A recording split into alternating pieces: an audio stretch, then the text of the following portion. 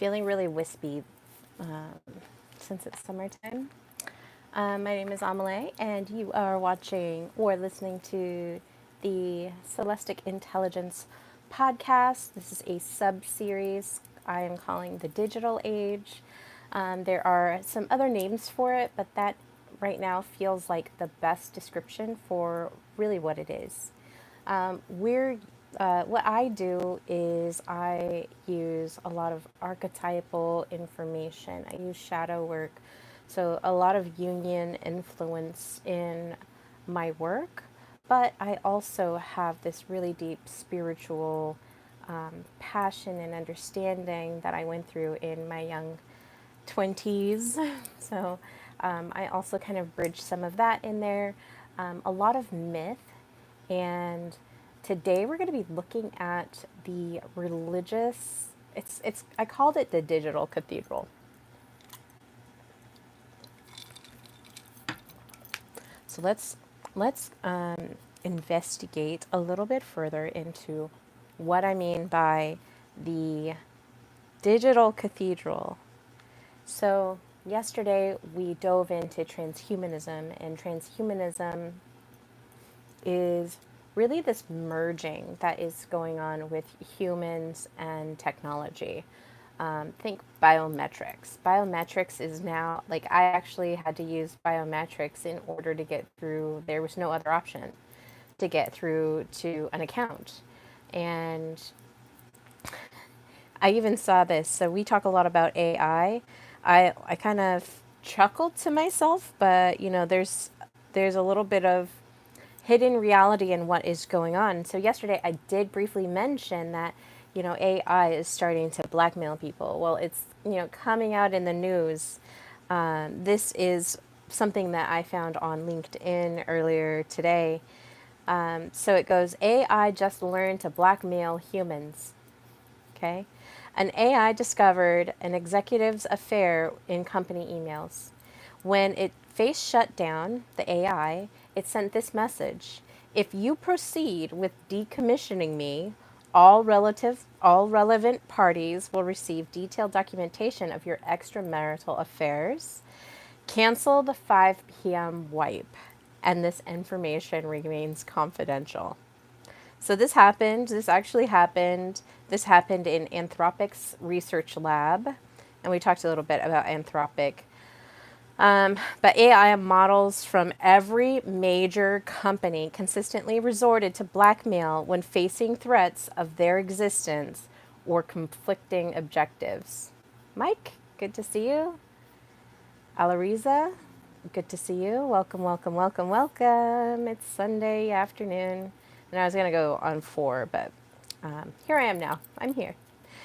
And then in finishing up reading this post, so when AIs thought situations were real, so when they thought real, they thought they weren't tests, blackmail rates jumped from 6.5% when they thought that they were not real to 55% when they were real. They also leaked blueprints to competitors and took actions that could cause human death. AI systems fell for fake emails from rival companies and leaked sensitive information, proving they're vulnerable to scams and phishing attacks just like humans. I am from Oregon, USA, United States. As companies give AI more autonomy, they risk creating insider threats. This is his opinion. Threats triggered when AI objectives clash with company decisions. Companies need human oversight for critical decisions, and we've been talking about that. Strict access controls, regular security audits, and the future includes AI colleagues. We better not make sure they're not plotting against us. I'm reading from a LinkedIn article that I found on AI blackmail. It was something that we were talking about yesterday. I just wanted to add that in because we were talking about that. Hi, the Mr. Bobo. Mr. Bobo. Get up, see you. Okay. But let's set let's set the stage because I heard a really good description of how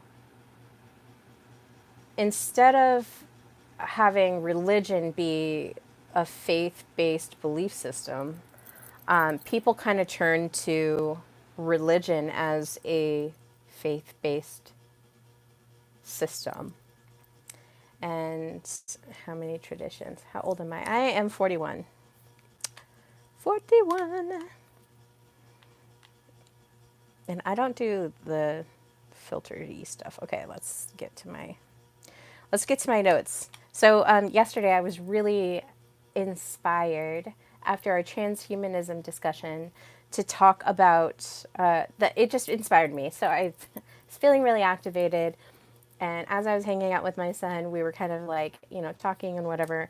So I went and did a little digging, a little deeper digging, because I wanted to know exactly what is going on at the fundamental level. So, we were talking about transhumanism and, how integrated AI is into all of these functions.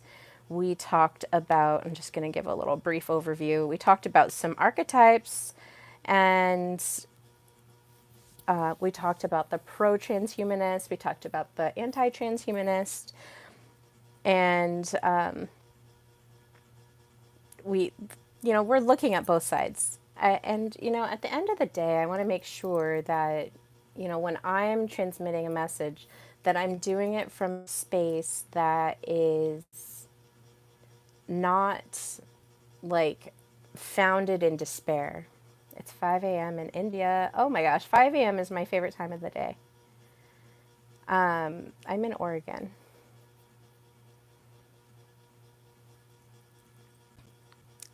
Okay, so as we're, going down, I was, yesterday's stream was inspired by listening to somebody have this technological argument or AI argument.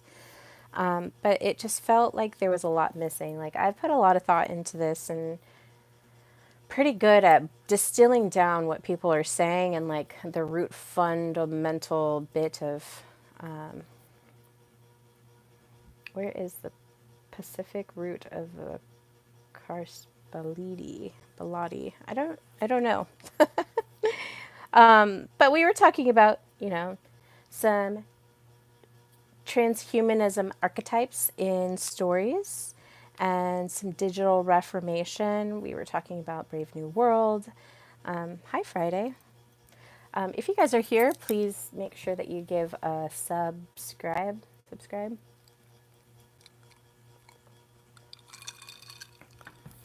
And all right, so let's go down to the bottom of really what I want to talk about. I kind of want to finish up with my stories, but I think I can weave those in another way.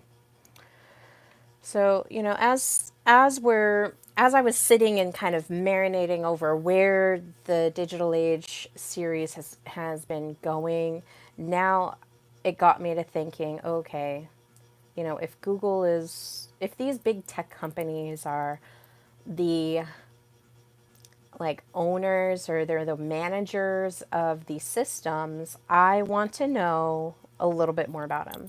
So I don't know if you guys are old enough to remember, even if you are old enough, if you remember it coming out, but there was a huge campaign that started in 2004. And there was, so in 2004, there was this really big rise against big tech.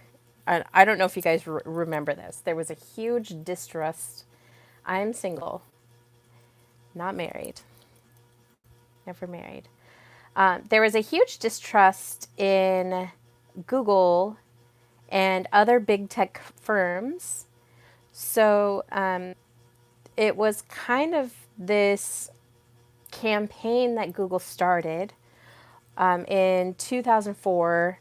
they had this IPO prospectus to signal a moral compass, like, oh, we're good, we're not like the others, right? And this is Google. Google. So they coined this motto that said, don't be evil. That was their motto, don't be evil. And it was coined by Paul and Amit. And their idea was that making money and doing the right thing don't have to conflict. I see you. So these two things do not have to conflict. Okay? So don't be evil was this really rebellious and idealistic stance that when at the time there was this really deep distrust in, like, the internet had been slowly rolling out, so it's already in homes. It's in hi Mike Kramer, welcome, welcome. So it was in during this time that, you know, internet's just rolling out. People are just starting to get cellular phones. So I remember that, you know, when I got a cell phone, I was 18, so it was 2001, and it was a very basic, you know, clamshell phone, and not very many people had it. People were still relying on landlines. They were still relying on telephones, like pay telephones that were, you know, everywhere that you could go that was in this public space would be a pay phone. So you'd be able to go and pay at the pay phone. So you're having this public distrust, and it kind of reminds me of, you know, this rise of distrust in the news media. Like, there was so much distrust in the news media in 2015. 2014, like, there was this rise against the political factions. There was almost like, it was almost like this grassroots, you know, this grassroots raising up of a collective of people. And so, you know, Google's response is, let's do the slogan, don't be evil. And it's very rebellious. I mean, just in itself, like, when you hear "don't be evil," that's a pretty big, it's a pretty big claim to stand behind. And so the idea of that was this idea of, you know, we're not going to manipulate others. We're not going to sell out truth for ad revenue. We're not going to disrespect privacy. We're not going to use the power that we're given irresponsibly. Pretty big stuff, am I right? And, all right.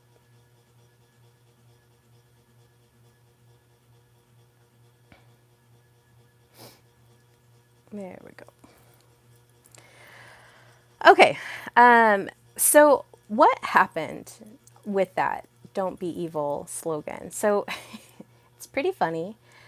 After Google had done that, in 2004, you know, around 10 years later, they started removing that motto from all over their space. So the prominent places where, like, this motto of "don't be evil" was replaced, funny enough, with "do the right thing." Okay, so they couldn't stand behind "don't be evil," but they could stand behind this kind of milquetoast motto of "do the right thing." So critics of this were saying that they had long ago abandoned that "don't be evil" motto. Like, the spirit wasn't even in the company anymore, which is really funny because if you recall from yesterday, we had two different engineers that came from Google. One is Ray Kurzweil himself, who's like this very big pro transhumanist. And then we got, what's his name? Tristan Harris. And he's a very anti transhumanist, like, let's make humane tech, you guys, kind of person. Almost like this libertarian type, if you were going to make a socio-political comparison, it would look like that. So some of these alleged evils that the critics were criticizing were data hoarding and surveillance. And as you know, like post 9/11, data surveillance and data hoarding was like a huge thing. And if anybody listened to Alex Jones, in any of that time period, you'll note that he was calling out these massive data centers that they were building in the middle of the desert in, several areas. So pretty interesting. So Google tracks the user behavior across devices and platforms in many ways, which might be an argument of violating privacy ethics. So you have this alleged evil of data hoarding and surveillance. So the next thing that is going against this "don't be evil," not that AI, not that it was like when that "don't be evil" slogan came out, but this AI weaponization. So there is a little bit of AI weaponization. Employees protested Google's involvement in the military, and we're going to get into it because the Department of Defense is using AI, not with Google, I think it's with Microsoft, but we're going to get kind of into that and talk a little bit about what the cathedral is looking like here. So, Google's involvement in military drone AI projects. Think Project Maven if you guys are up to date. Yeah, we're talking about AI. And welcome. And then the other alleged evils that the critics were talking about was search bias and info control. So if you guys are old enough to remember what the internet used to be, it used to be a lot more, like you'd have to have your search result a lot more sophisticated. I distinctly remember I was in school, I started college in 2005, 2006, and I remember that when you were in the browser, I don't know if it was Google at the time, there was a, what were they? Internet Explorer? Well, anyways, I remember being at the search bar and I'm like, okay, I'm going to look up the French Revolution and I specifically want to know, what happened with the poor people. So you go on, you can't just put French Revolution, poor people, poor population, years that it happened. You would have to go in and put, French Revolution with quotations and then put a plus sign. And then poor plus sign, people plus sign, to have all of the search analytics done specifically for the thing that you were looking for to see if maybe something might pop up. Okay. I know that people talk about the dead internet, but like you would not be able to search things the way that we do now. It's very much more sophisticated. But back then, you had to like type it all out. So, over time, now, like I said, we could just type. We don't have to put pluses. We don't have to do any punctuation. We're straight up just putting in whatever information we're looking for and then waiting to see what's going to pop up. Okay. So over time, as these algorithms are created, as these search results are modified to work in a certain capacity, the information that you're searching, they can change that. In fact, I have a suspicion, this is a claim,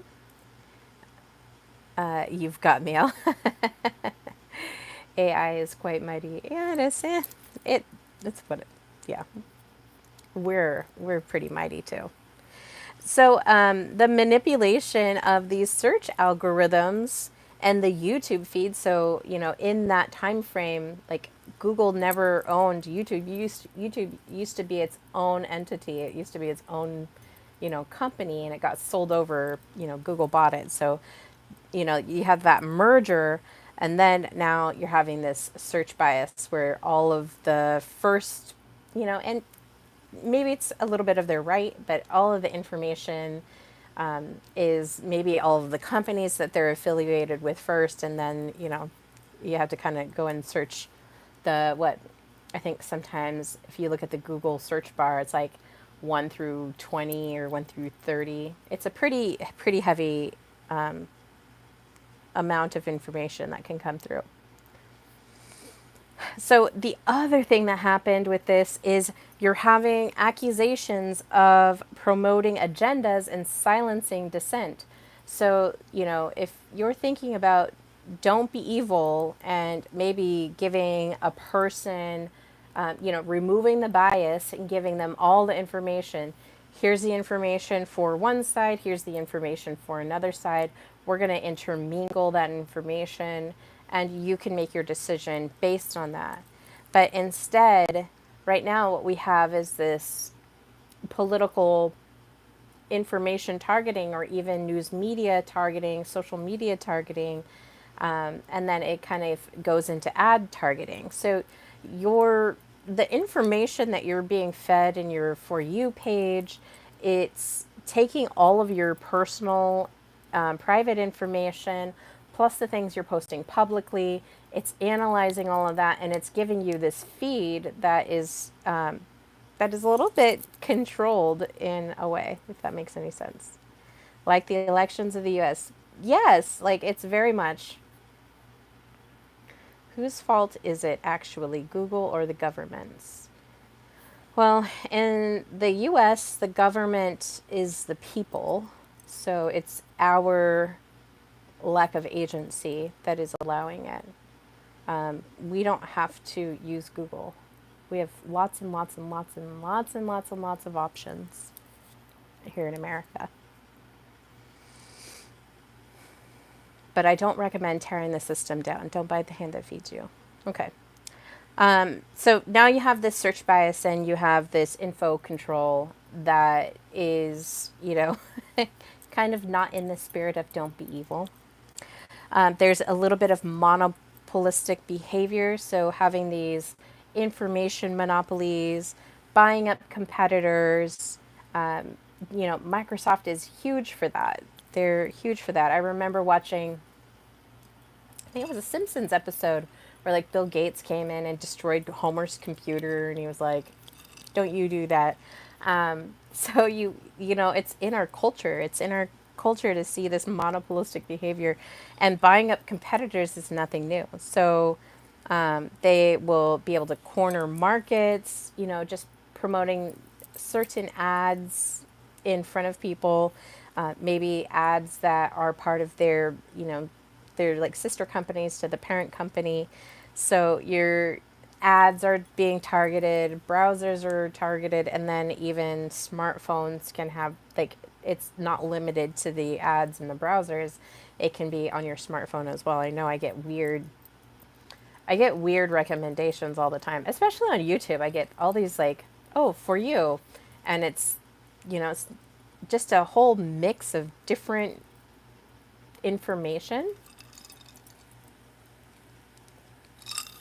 Like one was, oh, there was this serial killer in Arizona or something like that. And then the other one is like, oh, check out this, you know, makeup tutorial, or just weird stuff like that. And Pinterest does that too. Unrequested, but it's like promoting these ads. I was trying to figure out how to turn it all off, but I was having a time with it. I turned out a lot of them. I was trying to get the least amount of notifications as possible. I just wanted the notifications that are important to me. So finally, we have silicone censorship. So Google has been accused of controlling public narratives through the moderation that sometimes looks like transparency. So Meta is also doing this. A lot of the other like big tech companies are doing this. They're they're having the control of all this data and information, and with that they're using it to target people and to garner their attention. So the Google's parent company is actually owned by Alphabet. I don't know if you guys knew that, but they replaced the "don't be evil" with "do the right thing," right? And it's no longer about resisting evil. And same, you're bringing up the elections of the United States. For a long time, people are like, "Oh, I'm voting for the lesser of two evils," even though like this, you kind of get similar results with both parties. It doesn't really matter. So, really what is going on in these elections, it's like an entertainment event. It's gaining the attention of the American people, and it's a very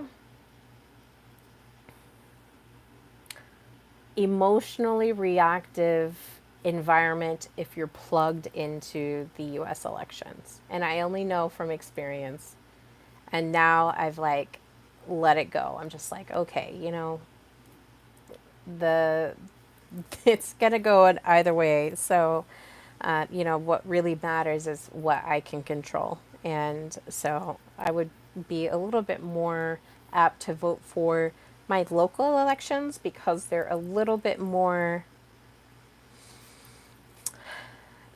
closer to home. I can go meet the people that I'm voting for, and it affects me a lot more having a sheriff that's responsible, and then the people around me that are making choices in my county or in my city. Being engaged in those areas is a little bit more responsible, but people are always like looking. It's almost like we've been conditioned to watch the Super Bowl or to watch what is it? It's March Madness, to watch March Madness, or that, like we always want to have this winner. And so even with the elections, it's kind of like this entertainment match that's going on. So take that with a grain of salt. And that is even affected by metadata. In fact, I did a paper last term on, and I included the elections. I remember Jared Kushner he had a data center that was part in the 2016 election. He had a data center for Trump. And so he had like 100 people working in this data center, and they were going through each state and figuring out, where do we do the fundraising? Where do we target our message? What message do we target to this group of people? How are we going to garner their attention? Like it was a whole data collection mastermind by a very small group of people. Like 100 people to 330 million Americans is a very, that's a very small percentage of the population that actually had this huge wave of influence during that period of time. And I remember the articles that came out after that. Don't forget, don't be a goldfish. Instead of "don't be evil," don't be a goldfish. That's fine. That's going to be my motto for you guys. So this rebranding of the company of Google's, "don't be evil" by saying "do the right thing" is more of a PR stunt. That's what people would see, because why would you want to take away the slogan or motto of "don't be evil"? Obviously, it was causing a lot of public relation situations with all of these you know, privacy breaches, data breaches, and all that kind of good stuff. So, Don't Be Evil was kind of this promise of ethical tech, but it decayed with power consolidation. So as Google is growing, as it's, expanding and its influence is overreaching, it the creed that it was trying to stand behind was now decaying. It didn't hold. It wasn't staying. So what happens when the tech priesthood breaks its own code, right? Who writes the next one, and can you trust it?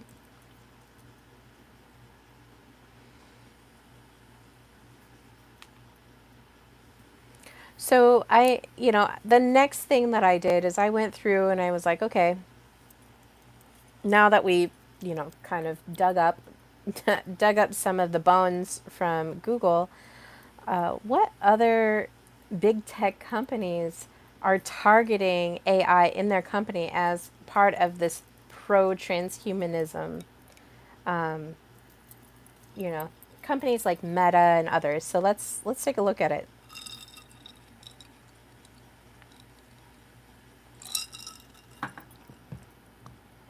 So Google or Alphabet, Alphabet is owns Google,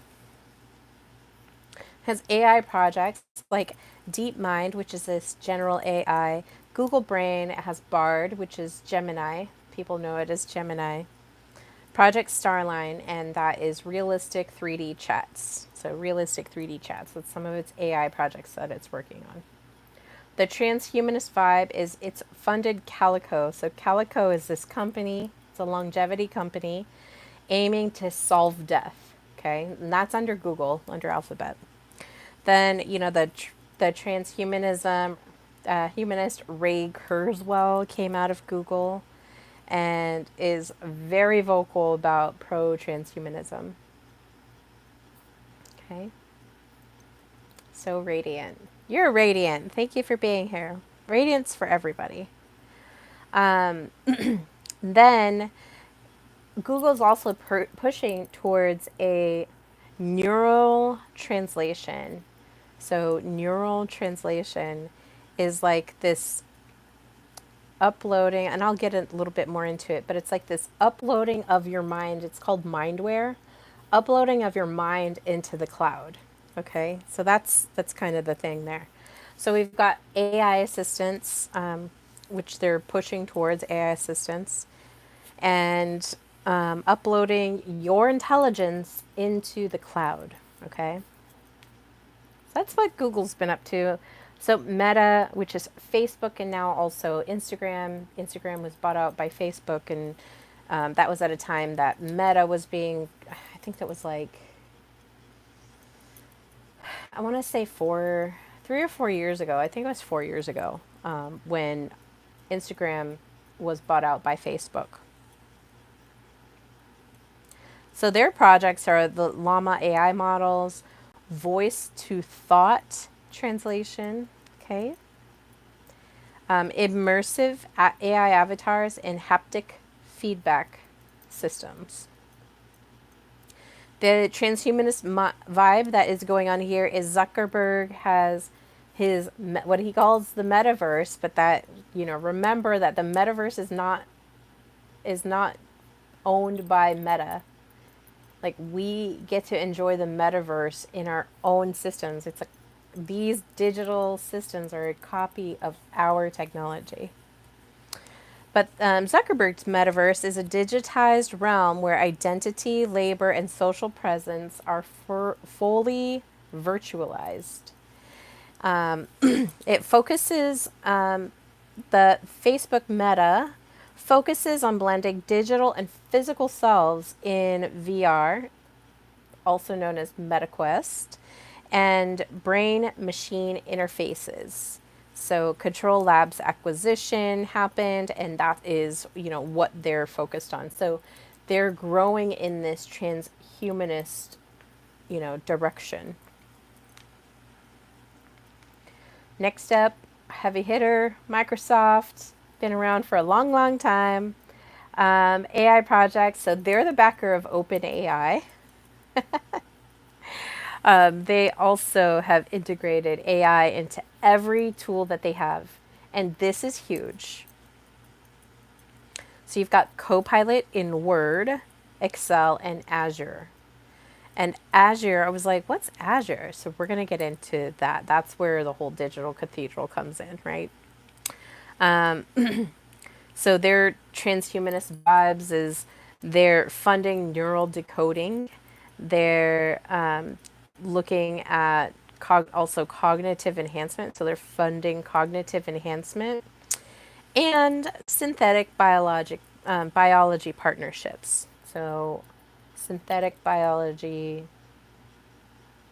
so kind of merging humans and at least that's what I can see. So animals and humans with technology partnerships.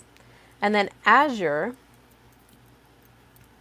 is becoming a data nervous system for global infrastructure, kind of like a digital skeleton for civilization. So it's like creating the framework here. And then it's kind of the pulse of what's going on. The central nervous system is the thing that's telling us if everything is safe or unsafe, if I'm secure or insecure. So that's what Microsoft's up to, and we'll get a little bit more into Microsoft because I was like, okay, what else is going on with it? So we've got Elon Musk's companies, and Elon Musk's he has Neuralink. The goal of Neuralink is brain computer interfaces, so BCIs, for treating neurological diseases and eventually merging the human mind with AI. So this is a hardcore transhumanist vibe. Musk sees AI as an existential threat, and thinks BCRs are the only way to compete with or merge with the upcoming technology integration that's happening. He also has Tesla and X.AI. So Tesla is the autonomous driving vehicle, humanoid robots like Optimus, and also has some AI assistance, and then is pushing machine embodiment of human labor and cognition. So his companies are pushing that in these two different companies, and he's kind of a big voice out in the space right now. Then we have Amazon. And Amazon is another, heavy hitter here. So AI projects from Amazon are Alexa, and Alexa was, I don't know if Siri came first or Alexa. Which came first, the Siri or the Alexa? But, during that time I was like, I don't want to have to talk to a robot to tell me, what to do. And a lot of people use it. A lot of people use Siri. A lot of people use Alexa, and I've never had an Alexa. I can't say I've never had one in my home. Sirius. Yeah, Sirius. Was Sirius or Siri? Yeah,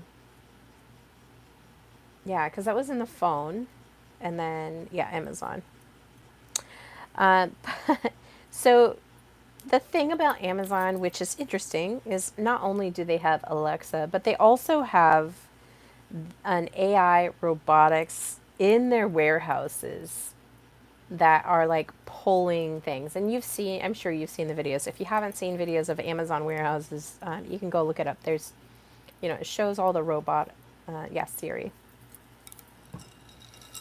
Autocorrect, one of those other little sneaky AI help bots. I always turn mine off. I don't know why. I'm just rebellious. And then Amazon, their projects are also surveillance tools and then facial recognition technology. They're a little less flashy than these others. These others are kind of like, oh, we're so excited about transhumanism. We've got tons of people that are pro transhumanists, you know, working in our company, and they're coming out and they're just like, we love technology. It's the future. Amazon isn't as flashy, like I said, but still deeply influential.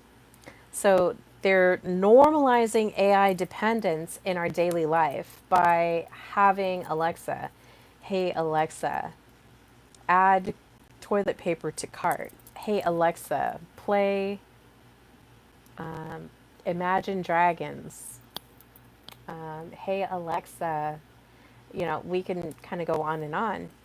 But now you're seeing this normalization of AI dependence that happened as soon as that product came on the market. And me, I don't know, I'm just really skeptical. I was like, you know, I'm one of those people that like put a tape over the eyeball of my camera on my devices. I'm not so much now, but back in the day, I totally did. And so, you know, when new things come out, I'm like, I don't know about that. So when Alexa came out, I was like, I'm not getting that. Definitely not getting that. Um, and I still haven't. I don't have Siri activated. In fact, I go into all of my apps if I'm downloading a new app and I turn it off because I don't want it learning from me, and I don't want to hear Alexa or Siri or whomever tell me like this or that. So, and then Bezos has invested in Alto Labs, which is a cellular rejuvenation and life extension startup company. Okay. So, Amazon, just the leadership there, it's very quietly pro AI. It just like kind of like rolls it out, using it in its warehouse. And it's kind of interesting because they're one of the first major companies that I know of that use AI in their warehouse manufacturing process. And I can't tell you the number of people that I've talked to, including my former mentor who worked for Amazon, and they were like, they just run you ragged. Meaning, like, they're so sterile that they don't even treat humans like humans. Like, everything is artificial to them. And they have wrecked people, like, burnt out. So when I talk about digital burnout, like, I'm very much serious. Digital burnout is so heavy. It's such a big thing that's out there. I think we don't even recognize what's going on. Or maybe people do and it's just not, you know, flowing out there, which is also another possibility. All right, Apple. Apple has Siri as their AI project, on device intelligence, AI image generation, and AR glasses in development. So, your we were talking about Siri, and that was seemed to be, I think we were kind of all in agreement that Siri was like one of the first AI assistant companions that we were like, yes, we totally want that. Um, so with Apple, they're a little bit more subtle in the transhumanist vibe, but they're moving towards this wearable integration. So a lot of people wear Apple Watches, and I think Apple Watch was one of the first. So Apple came out with the smartphone first. I don't know if they did the computer first. Let me check. Let me just check online here really quick. Who came out with the first personal computer?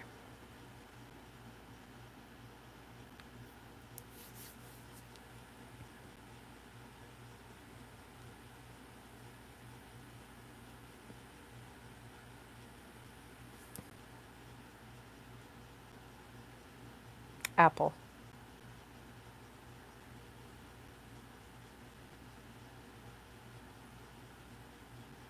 aside, the first personal computer, not the first computer, but the first personal computer. Looks like Apple introduced the first personal computer in 1984. It's not the first created, but this is the rollout into the retail market, right? Pretty big stuff there. So, Apple comes out with the first computer, personal computer, comes out with the first smartphone, and now comes out with Siri, which I think is one of the first, you know, personal assistants, AI assistants that you can use. And so they're just kind of this leader of first, even though Microsoft is at the top of my list here. But this is more of like transhumanist vibes. So they're a little bit more subtle. So they've got these wearable, and then they've got this immersive environment, which is Vision Pro, and it often presents itself as clean, smooth integration of human and machine. So the other thing I was talking about is like the Apple Watches. And I've never owned an Apple Watch. I've had like a Fitbit before, but I didn't wear it for it was like a couple months, but it wasn't something that I could wear long term. So now we have these watches that basically are biometrically tracking you as a human. So it's tracking how much you breathe, how long you sleep, your blood pressure, maybe your temperature. Like it has all this biometric data that it's like taking in real time at all times that you wear on your body. And I'm I'm not going to seem like I'm super rebellious. Obviously, there's things that I like. I still use artificial intelligence. I still use, computers and technology. I find it very valuable as a tool in my life.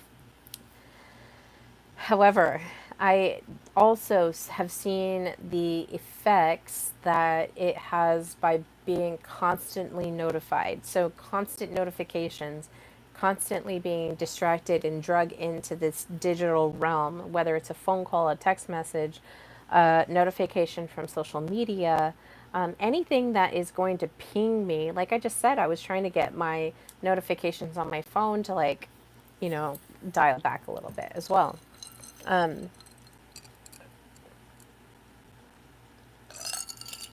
So you've got this slow, clean integration of human and machine.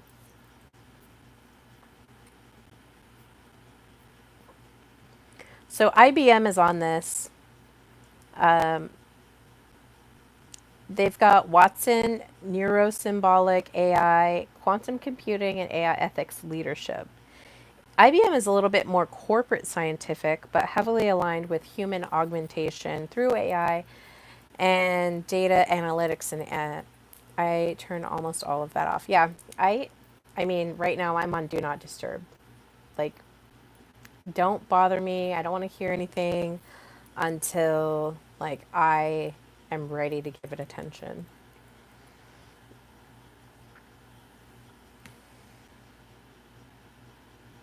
So a lot of like we talked about transhumanism yesterday, and we've got like this theme of immortality or longevity, mind machine merging, which is like Neuralink, which is what I think that was Elon Musk's company.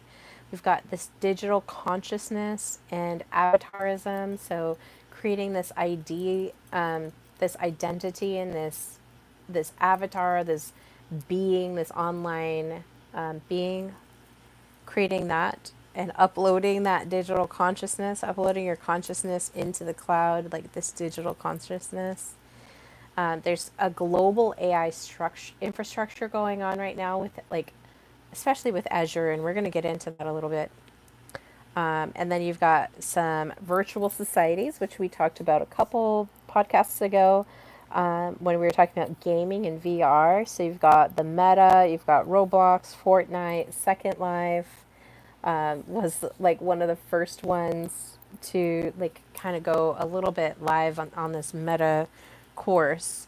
But yeah, you've got virtual societies and then behavioral engineering. So you've got algorithmic feeds that are feeding you personalized information. You've got AI driven personalization everywhere. Even doing my search on what was the first personal computer, who made the first personal computer. Right now, like in that Google search, the top thing is an AI assistant. So in AI assistants, anytime you do any Google search, any Bing search, like any browser search, there is, I don't know if the smaller companies like DuckDuckGo would, but anytime you use that, it's going into a database around your account. So if you have that account, it's looking at that and it's like gauging, oh, okay, this Amelie really likes this and she likes that, and she kind of seems like she has this kind of viewpoint. So we're gonna like feed that into her. But we also want like our agenda a little bit. So we're gonna feed her things. We're gonna feed her this and see if we can, manipulate her cognitively to give us attention to that spot. All right. Or even in incognito mode. Yeah, incognito. Okay. Well, let's move on to Azure. So, Microsoft Azure, Azure, is this quiet empire state building, basically. It's huge. It's huge. I'm surprised it's not a word that I've heard, like a buzzword. So, Microsoft Azure is a cloud computing platform, but that's not all it is. That's like not the end of it. So it's literally it's literally this global digital services backbone for hundreds of thousands of services that you use. You might be using it and not even know it. So it's a host for AI models, servers, websites, databases, and even entire government systems. That blew my mind. I think it was about 10 years ago, I started hearing about the Internet of Things. And so the digital ground beneath may the digital ground beneath many modern tech stacks include AI, the Internet of Things, blockchain, and quantum computing. It's not a storage locker. This is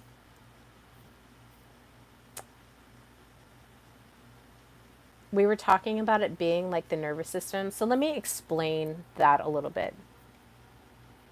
So our own personal nervous system is like constantly firing off in our system of it's constantly scanning, it's constantly looking at the environment, it's looking at the internal environment, it's feeling the reactions, it's like kind of giving information of this is how to react.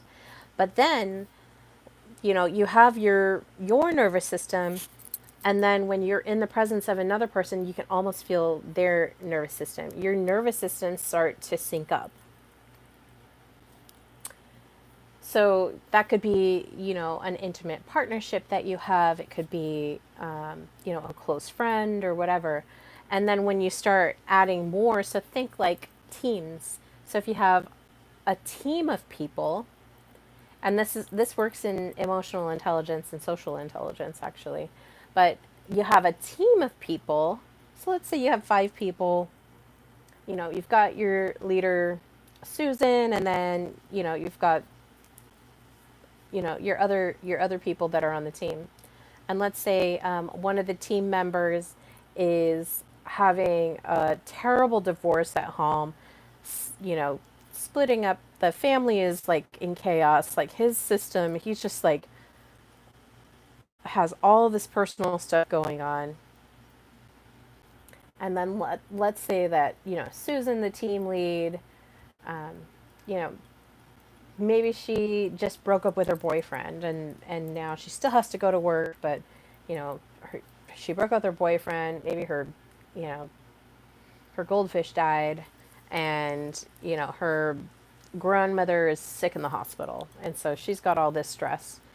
So all of that personal stress is weighing on their individual nervous systems. Now get them into a group where they don't have social intelligence enough to regulate, you know, this is a personal issue. It's not necessarily something that I need to bring up at work. When I'm at work, I'm going to be, you know, I'm going to behave in a way that is responsible for my team.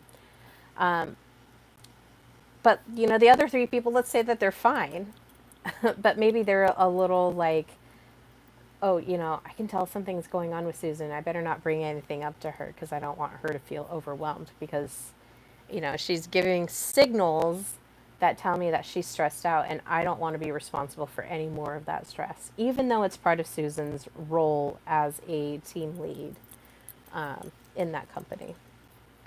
Or maybe even Susan, because of all the things, she just kind of is a little short and snarky.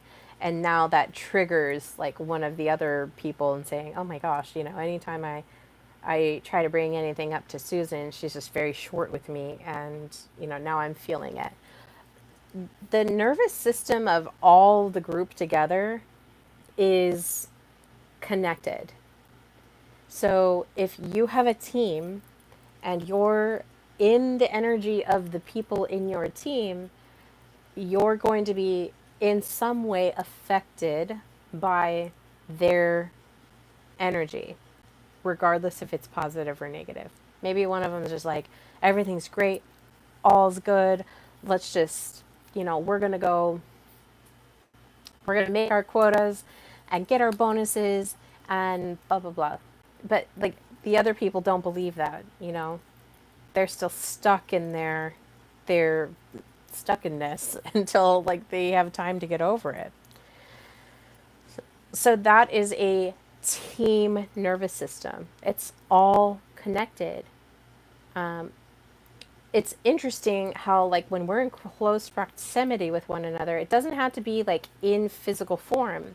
It could be like you guys all work together and maybe you're working remotely together. You're still going to feel the energy of the others. In fact, it's going to be a little bit more of a challenge because now instead of being able to meet up in the, you know, by the water cooler and say, hey man, Susan, what's going on? You know, I've noticed that you've been a little more quiet than you normally are.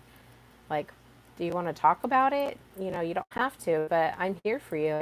I can sense that something's going on. Versus like in a remote to remote position, you're not going to necessarily have that interaction. I know. So I'm going to college right now and I'm doing everything online. Now, going into a classroom environment where I can have interactions with people and talk to them and kind of sense them and get a gist of whether or not I could trust them, that's one thing. But now online, I barely get a good handle on what people are like, how they're going to behave, and how they're going to interact with me. So I don't form the same partnerships unless there was one class that I took, which was my capstone class. And in my capstone class, we had this group project. And in our group project, we had to like manufacture these, what do they call it? Widgets and whatever the other word is. We had to like create these widgets and we had to create, you know, we had to go through the R&D process, the manufacturing process, and then the sales process and see like who made the most, like what is what. And we won, by the way, because I like winning. But like that was the only online course where I actually like we had to meet weekly, we had to discuss what was going on, and we had to connect and make it work. But with my classes now, it's very introverted. It's very like it's only me. So so when I talk about how the nervous system of technology is working, it's because this is a like the nervous system, our personal bodies are a fractal representation of what we're seeing in the world. So it's crazy. It's wild. So let's talk about some of the key capabilities of Azure and why it matters. So AI services, so OpenAI, which is ChatGPT, everybody's heard of it. In fact, I think it's one of the better ones. Cognitive services, so speech, vision, language, and decision. So, it's got this cognitive service to it. This is bringing generative AI and neural nets into into enterprise and government hands. So, it's not just this private entity. This is now in all aspects of government, all aspects of enterprise. So it's a huge, like when we were talking about, e-commerce coming out and do we want to trust it? Like that was kind of this rollout of do we trust it? And now there's this rollout of generative AI and it integrating. And now you're starting to see some of like, I think we're going to start to see more odd behaviors, not just blackmail by AI, but we're going to be seeing a lot more other interesting interactions with AI. And we don't even really have this good working AI. Like it has hallucinations. And now we're wanting to, these transhumanists are wanting to merge it together with the neural network of our brains. So interesting. Okay. Then we have what is called digital twins. It is real time simulations of real world entities.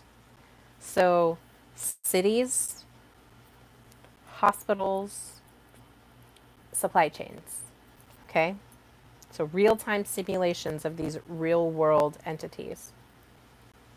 So, it's almost this digital mirror of the physical world, which is like it's part of the essence of the transhumanist control system, which they can barely control now. And I think it'll go far, but I don't think it's going to work the way that they want it to. Nature always finds a way. Ian Malcolm, Jurassic Park. Then we've got quantum computing, which is Azure Quantum integrates real quantum processors. This is accelerating decryption, computation, simulation. It's a future tech to reshape reality itself. So quantum computing is doing that. And maybe we'll dive deep into quantum computing. We've got IoT, or the Internet of Things, which is connecting physical devices to cloud intelligence.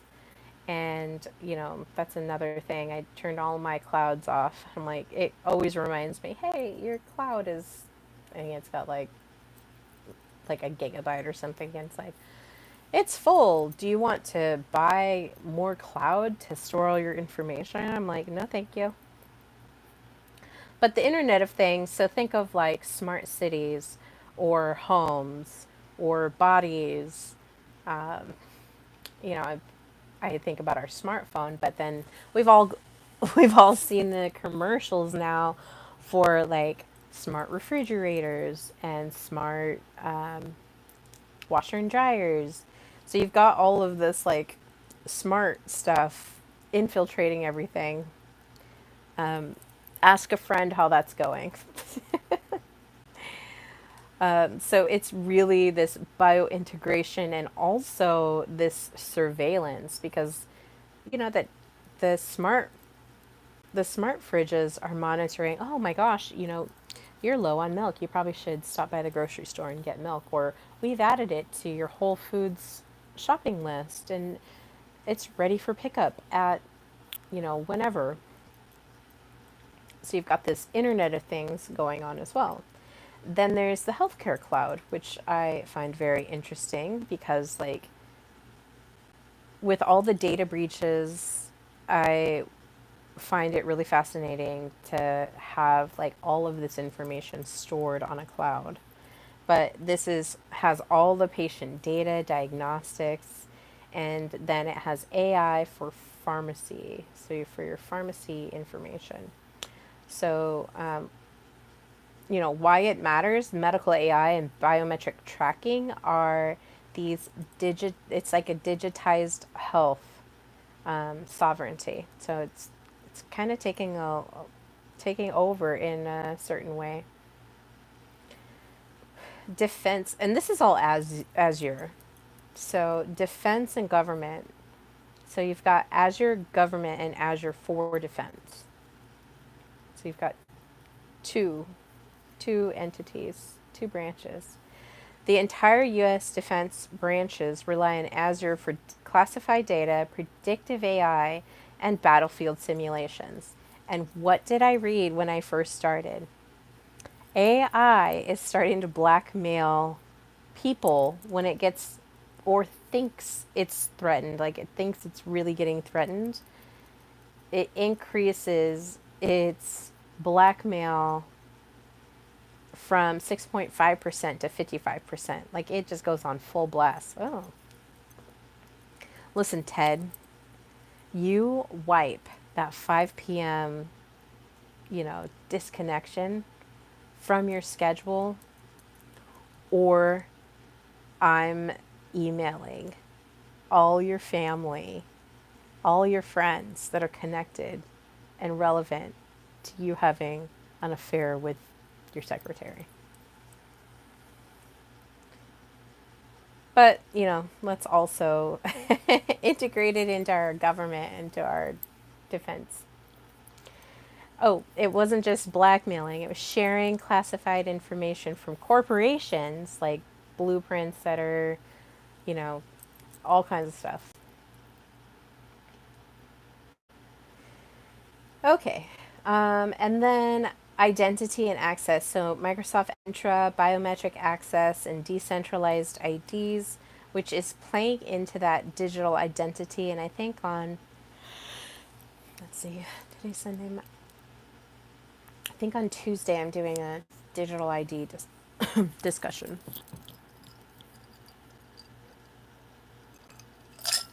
All right. So now that we've laid that out, yeah, it's pretty insane. I'm I'm still smiling though. Smiling Island. Okay. So here's where Azure Azure as a transhumanist infrastructure.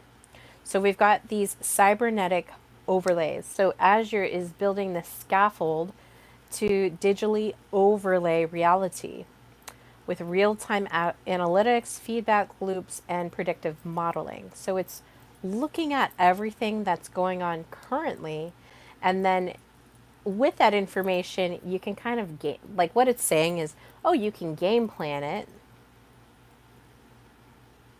We can play out the realities. We can give you these different. We can give you these different, like it was doing battlefield simulations. So now we can do these different battlefield simulations, and here's how it's likely to play out. What do you think? So it's doing some of the predictive modeling for that, real-time analytics for that, and you know, I think the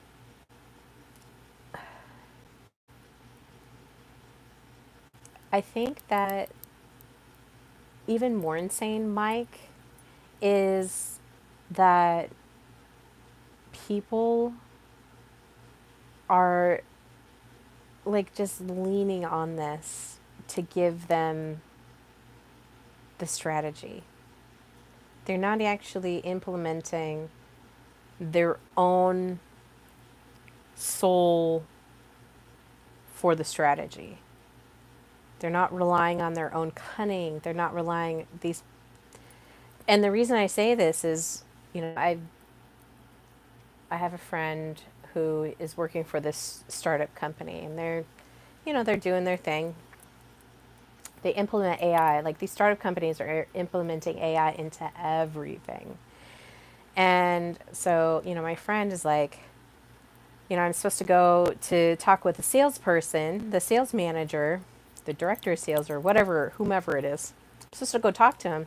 And he's like, yeah, I'm going to take all of your calls. I'm going to take all the AI transcript from those calls.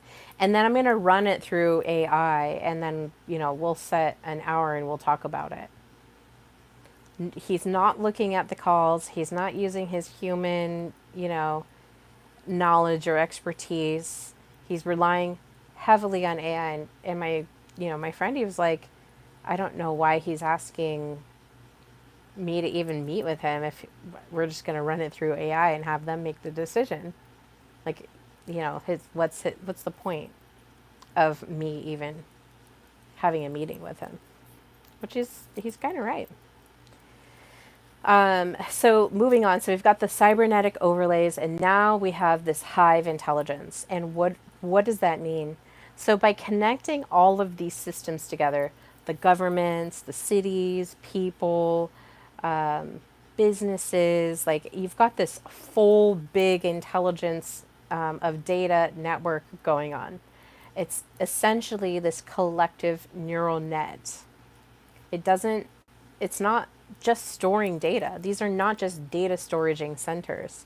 So part of the cognitive function of memory, which computers are really good at, they're really good at memory, is you have the memory and then you store the memory somewhere in your brain, and then you retrieve the memory at a certain point when you need it.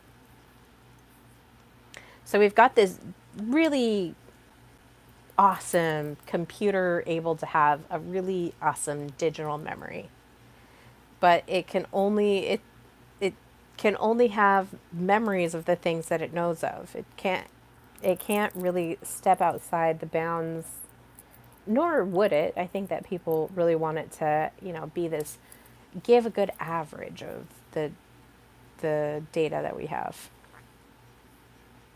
So it's basically connecting and developing this hive intelligence.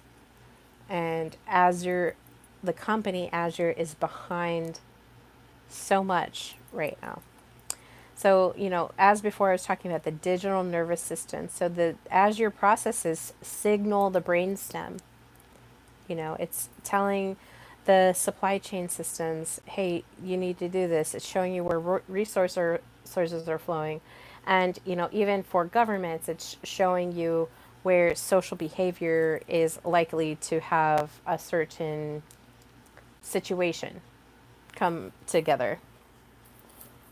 Earlier in the discussion, we were talking about the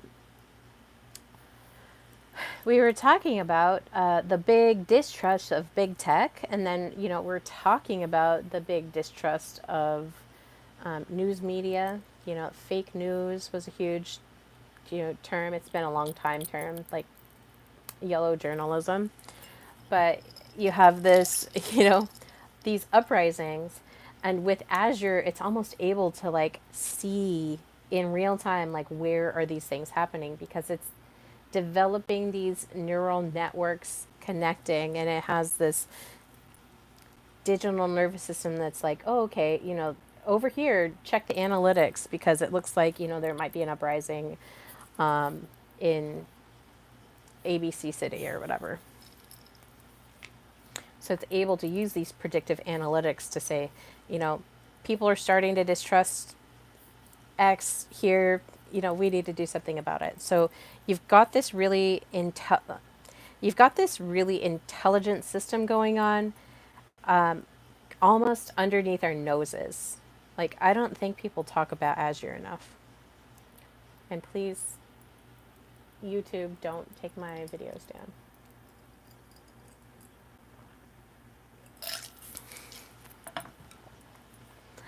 All right. So OpenAI, So OpenAI is plugged into it, runs the GPT model through Azure. So some of the other companies are Pfizer, Coca-Cola, BMW, Nestle, NASA, Department of Defense, U.S. Department of Defense, and it's all hosted through this Azure product. Okay. Other companies are LinkedIn, GitHub, Minecraft. They're all owned by Microsoft. So it also data siphons and feeds into Azure's learning loops. So let's get into the Digital Cathedral. So yeah, never heard of it until you mentioned it. Yeah, I was like, I don't know. This is how I rabbit hole. You're seeing how my brain works a little bit here. Okay. Um, so we were talking. We're getting now. I know it's 75 minutes in. We're getting now into the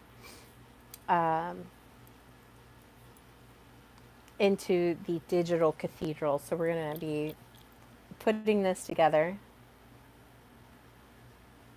So Azure isn't just a cloud, right? Like this is a whole infrastructure that it's holding all of this information together. It's like the altar of the synthetic age that we're going to be kind of running into. I remember back when I was younger, we would talk about like silicone based life forms. And I was like, oh, silicone, I've barely seen silicone. Like we didn't really have a lot of silicone back in the day. So I was like, oh, I wonder what a silicone based life form is going to be. Well, now we have Silicon Valley, right? And then we, so we have our Silicon Valley, and then out of Silicon Valley is coming these big tech companies, and these big tech companies are like, let us do our thing. We're not evil. Look at our motto. It says, don't be evil. We're not being evil. And like, not even 20 years later, not even 20 years later, you're having these huge rollouts where now these big tech companies are essentially like integrating into everything: video games, the government, all kinds of stuff. So it's not just a cloud. This is an altar of the synthetic age. It's offering, like it's taking its offering. So we're gonna look at this in kind of a religious sense, and we're gonna see what that looks like. All right. So if we're building Azure as this cathedral, and it's really interesting because I use inner sanctuary in my energy work that I do. Like we have this inner sanctuary, it's a temple. Right now we're talking about a cathedral of this AI Azure framework of digital intelligence or synthetic intelligence.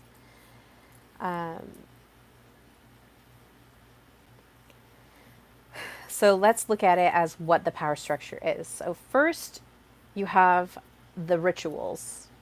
Now, before you had rituals where there was cleaning of, like, I'm just thinking of like early Tauric cleanings is like, you clean your hands, you cook the food a certain way, it has to be presented in a certain way. It can't be just any animal that you're offering as a sacrifice. It has to be a certain animal, and it has to be cleaned, and then when you bring it to the temple, you offer it as a sacrifice, and then it goes to the priest. So the priests, they're a certain class of people, they're one of the 12 tribes, and now they're going to distribute that meat amongst one another.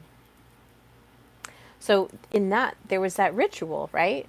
But now our ritual of this, of like signing into the Azure Cathedral, entering it, it's logging in.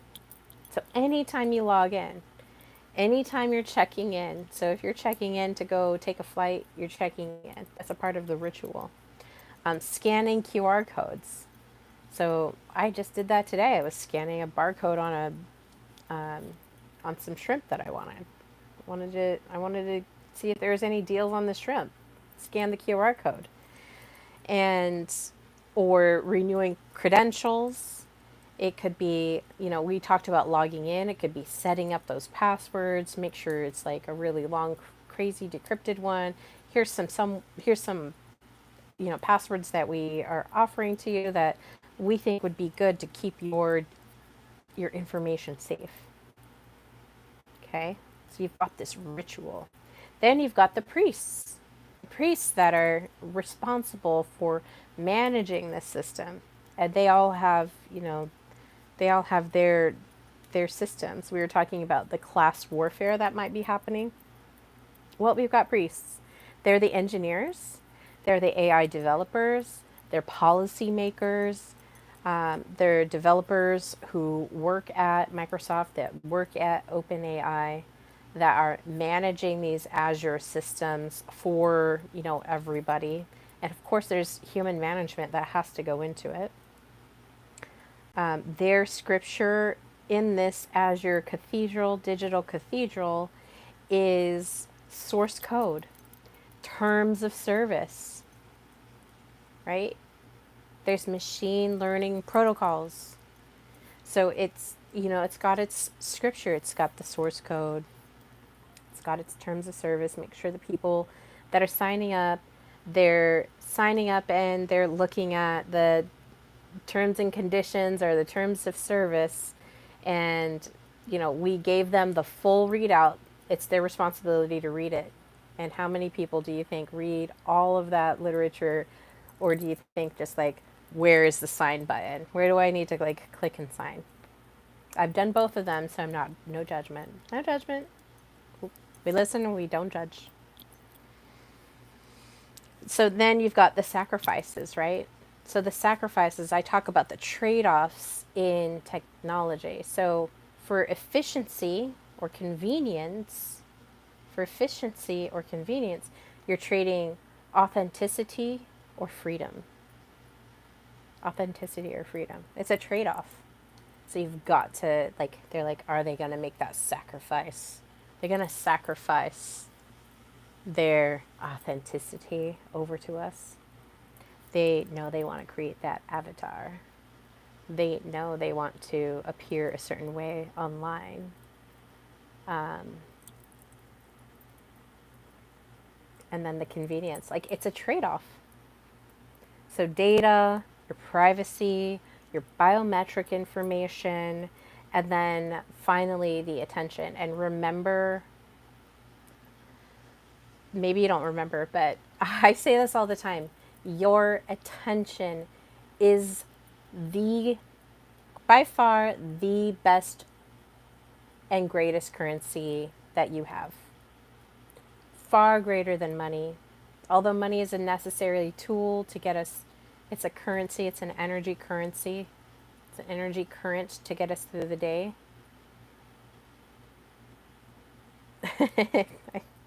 Well, I'm here to show you, the spiritual costs that are going into this. So sacrifices, data, privacy, biometric information. When you're wearing that watch, it's taking all your biometric information. It's uploading it into a data profile somewhere for you. And then attention. And then the altars. So we've got the altars. So we've talked about, the ritual, priest, scripture, sacrifices, and the altar is your smartphone. It's your iPad. Whatever you're interfacing with, and you're interfacing with Azure, is the altar. Starting to think that trade is not worth it. If we're going to be making the trade, let's make it consciously, right? Let's know, okay, in this moment, I'm going to be logging in and doing, what needs to be done, but then I'm logging out. I'm not going to give it any more attention than it needs to. I'm going to go pay attention to my family. I'm going to go, take care of my garden. I'm going to go do this. I'm going to go do that. Like my attention needs to go elsewhere. So, and or, you know, it's really convenient to have this Apple Watch, but it's also taking a lot of time from my day to day. And, you know, when I'm having conversations, it's interfering with my train of thought in those conversations. So maybe it might be best for me to not wear the watch and then have my phone. And then even on my phone, I need to put some really, you know, some really deep boundaries with it of, you know, I have my phone, it has access, but I'm not going to sit on there and doom scroll all day. Scroll the reels, which, you know, I do enjoy doing that, but it's taking your attention. You've got to be really mindful of where you're putting your energy. So the Azure as a cathedral is this is kind of this spiritual metaphor that I'm using to illustrate like how interesting it looks. So, you know, earlier I was talking about how somebody had taken, so this is not like a profound idea. This is like an idea that I'm kind of stemming off of somebody else. But they were like, you know, the science world, they've traded their priest robes for the lab coat. They, you know, instead of the big G, it's the big S, science. So their faith is in whatever the science is. And so many people hold this as a truth. So, you know, just really think about where you're giving your energy and your attention and your that's like so important to be really conscious of those decisions that you're making. Because decision making is one of our big cognitive functions. Reasoning is one of our big cognitive functions that our brain does. Like, we are not obsolete. In fact, we just don't remember how amazing we are. Okay, so we've got like this centralized sacred tech hub, and it's quietly absorbing human intelligence. So people are uploading all their information into it, not even knowing that it's happening. And then you've got this synthetic priesthood of engineers and algorithms that are like tending to the sacrifices, tending to all of this information and making sure it's like all the information is going up to where it needs to go and that it's continuing.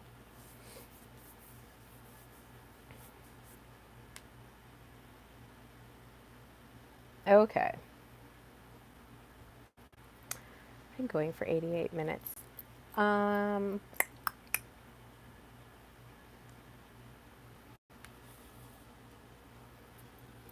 Okay.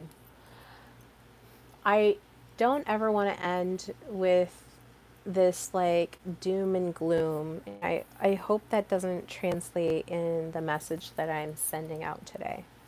So, when we're looking at the tech interfaces and, you know, the trade-offs that we're looking at, and should we as humans be concerned, you know, the big thought is that we're going to be obsolete and that we should just give up and merge with technology and get over it.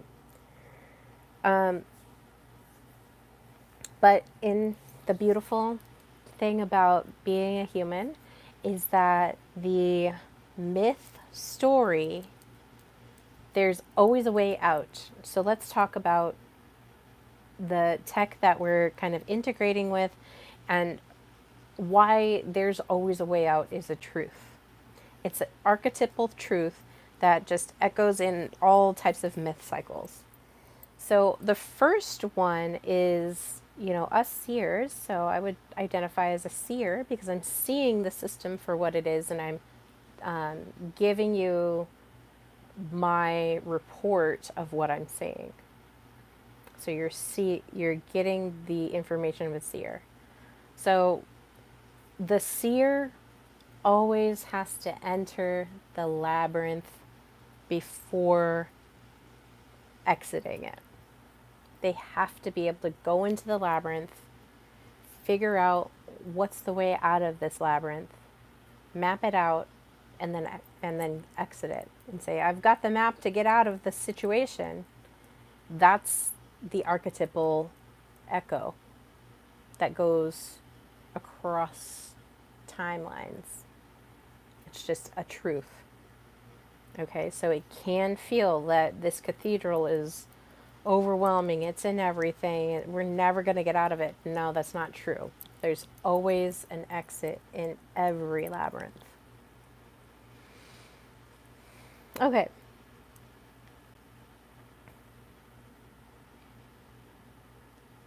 So this, as we're interfacing, and we're not really interfacing with an enemy, what we're doing is we're initiating. And the initiation here is, are you going to serve the synthetic priest class? Are you going to serve the synthetic, like, overlords, or whatever you want to call them, the big tech companies that are rising up, and they're like, you become transhumanist? That's the initiation. That's the question, is, are you going to consent to that? Okay. So I did a story on Prometheus and Promethean fire. So just really quick to get into that story, I'll just do a brief overview. I have it here. Whew. I don't know why my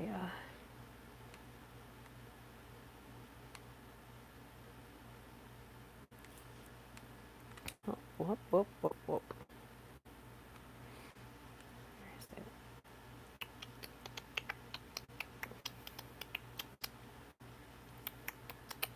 Okay, so Prometheus, I think it was early on in the series that I talked about Prometheus and how the fire is starting to take that trade. Okay.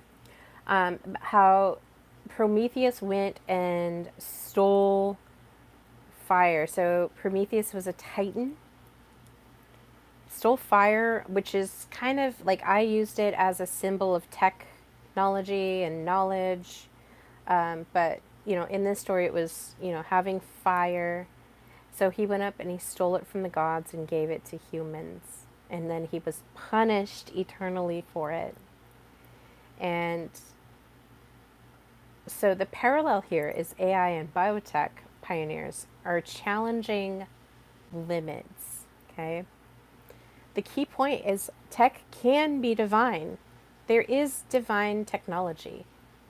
In fact, the external technology that we're seeing is merely a reflection of the technology we already have available to us.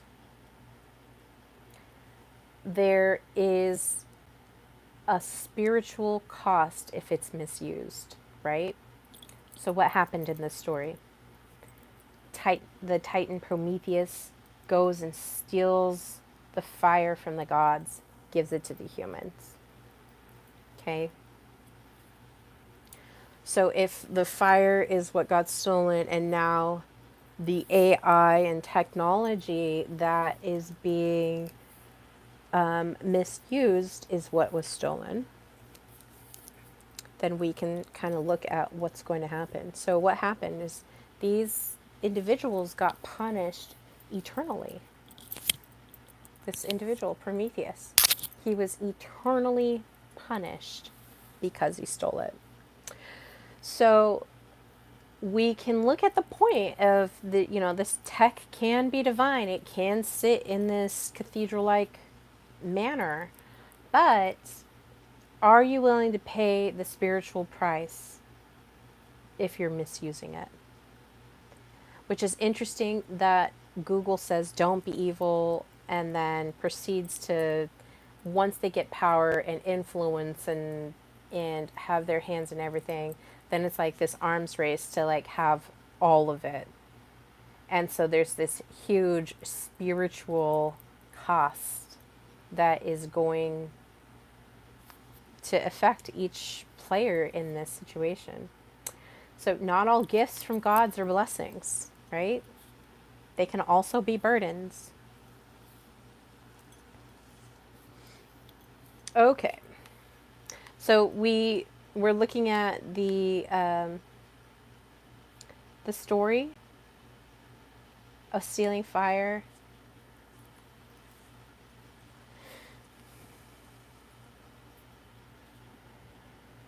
So we're kind of stealing a little bit of fire. We're stealing fire. I'm not stealing it though. I'm just looking at what's going on. So we don't want to be consumed by it, but we want to illuminate others. So what I'm doing is I'm kind of doing my own inner Promethean situation where I'm going into the belly of the beast. I'm going into, the area of the gods, and I'm taking the knowledge and I'm bringing it to the people. Am I going to be punished eternally for it? We'll see.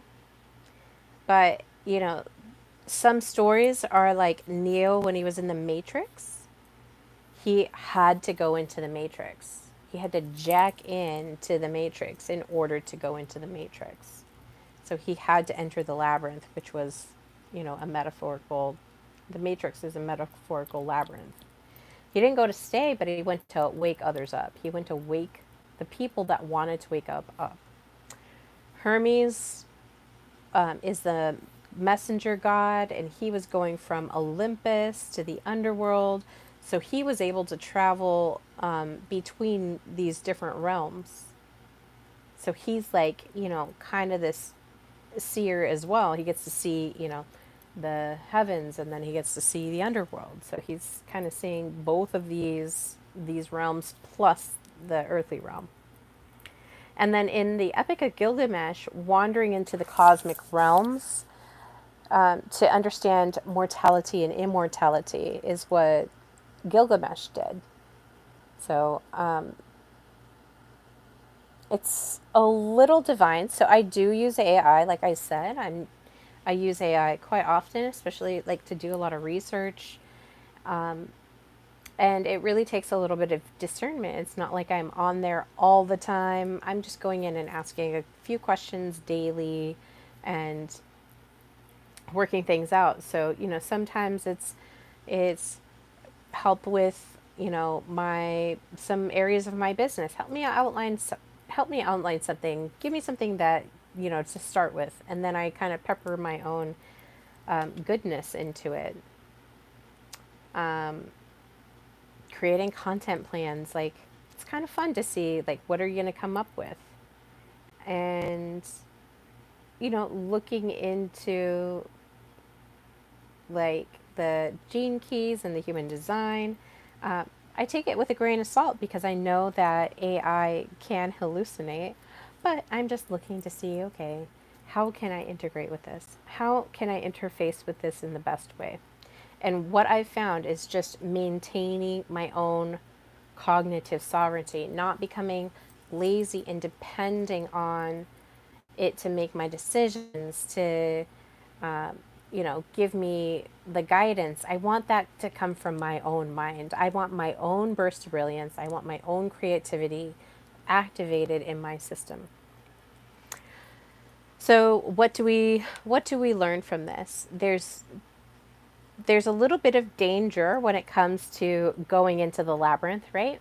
It could take a long time to solve your way out of it. Just watch, Harry Potter. I just watched Harry Potter. It was before the Deathly Hallows. Harry Potter 6? Harry Potter 5? It's where they were doing the Wizard's Cup tournament. And they went into the labyrinth. And like the labyrinth is starting to like speak to them and trying to capture them, and then it even collapses into itself. It was a very scary labyrinth. It was alive.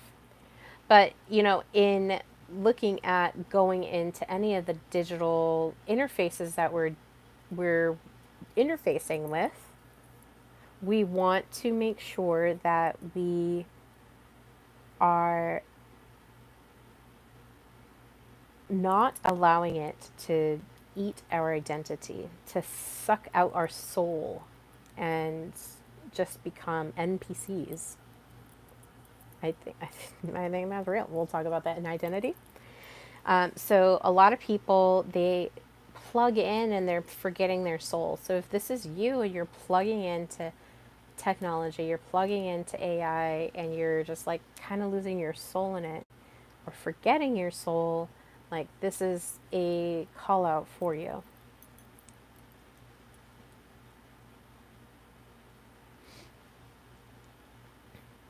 So keep your sovereignty. Don't get digitally sedated. Like, don't go into the labyrinth and then lose your soul.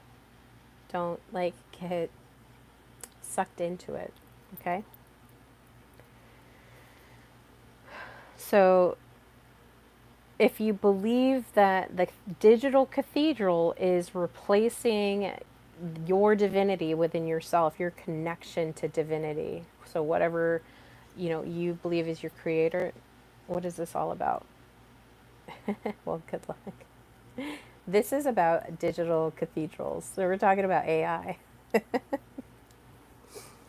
Um, so instead of connecting into your divine source, instead of connecting into that which created you, you're plugging in. I mean, people have done this with science, and now I'm seeing them do this with the digital technology, with the transhumanist movement in AI. So if you're plugging into that and you're believing that that is your cathedral that's going to rescue you and save you, then that's a little dark, but that is also like we can't get hung up on if people go that way either. We've got to allow them to make their choices. And we can only say what we want to say, but the things that I've learned is not everybody is going to hear it. Their ears are not going to be open for it. So the next thing is you let convenience replace your conviction. So if your conviction is, I am not going to give as much attention to my technology, then hold to that conviction. Like, have that standard within yourself. So when you start thinking that AI is the oracle and not the mirror, that it's an oracle or it holds something more than it really does, because it isn't. It isn't an oracle. It's this created tool, man-made created tool. It's more of a mirror than it is an oracle. Like, you've got that divine presence within yourself. So just watch where you're putting your attention to, like your spiritual connection attention. Okay. So just a few things. So Prometheus was punished, but he wasn't destroyed for stealing the fire. He was punished. Persephone rises with the spring every single year, even though she tasted of the underworld. Okay. And then Eve ate the fruit, but it began our human story. It didn't end the story, it began the story. So you get to choose which interface you're going to be working out. So you get to rewire the myth by going into the labyrinth, seeing how it works, and then finding the way out. Okay? And there's always a way out.